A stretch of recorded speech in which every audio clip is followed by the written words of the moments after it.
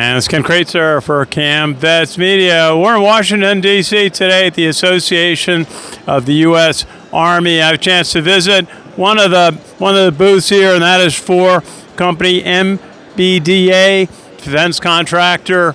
Make a lot of missiles, look like some drones they've got displayed in their booth. I have a chance to talk to David Penfield, their engineering manager. David, good to see you. What's it like to be here at this AUSA show? Like every year, it's fun.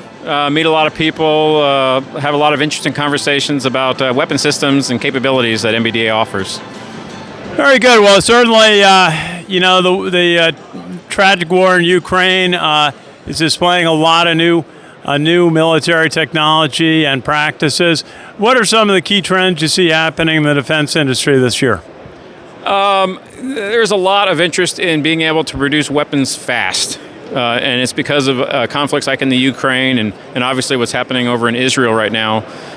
There's a desire to get weapons fielded as quickly as possible, and so there's been a lot of talk about depleting U.S. stores of weapons and then replacing them over time so that we can turn some of these weapons over to these other conflicts and for them to be used to win the respective wars. So.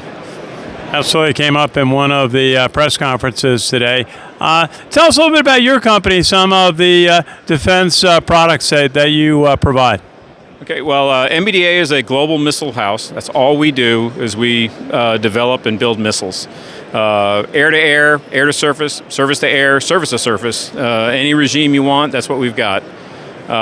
We have most of these weapons that you see here are made over in Europe, either in the UK or Germany or Italy or France. And I'm with MBDA Inc., which is the U.S. arm, and we're working on introducing these weapons into the U.S. market.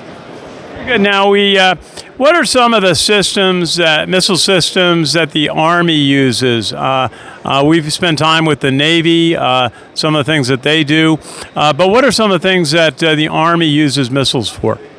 Well, I mean, the Army obviously uses ground combat, and so they're always looking for new surface-to-surface weapon systems that will give them an edge in combat.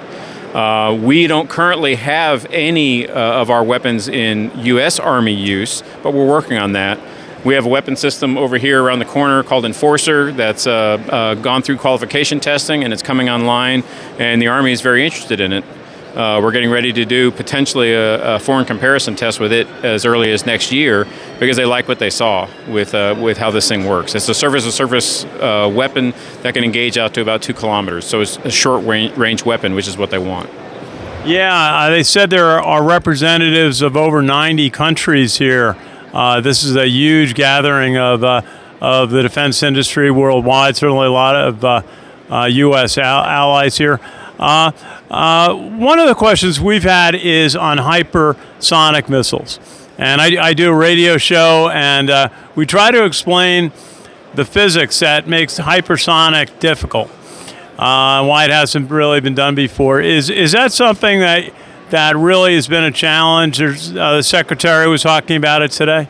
Actually, MBDA Inc. isn't involved with hypersonics at all. MBDA Corporate, we're looking into hypersonics.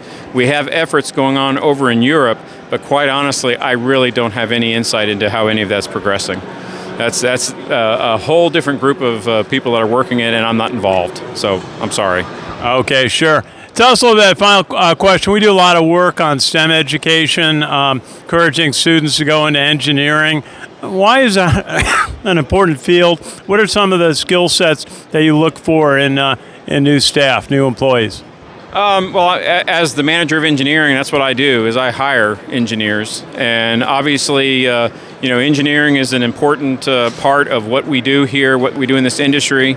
Obviously, prospective engineers, they need a good STEM education. They need to be good in math, good in science, be able to be good on computers, being able to program, being able to use computers, programming in their everyday job.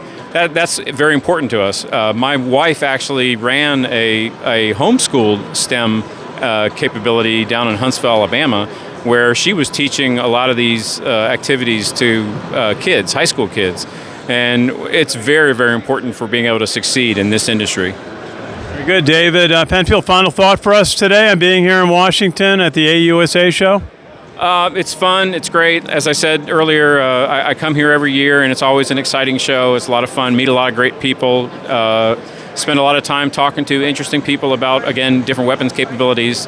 And I wouldn't miss it. It's fun. Very good. David Penfield from MBDA Missile Systems, and great to see you and great to visit your booth here at the AUSA show. All right. Thank you very, very much. Our pleasure. This is Ken Kraetzer for CaMMVetsMedia. We're in Washington, D.C.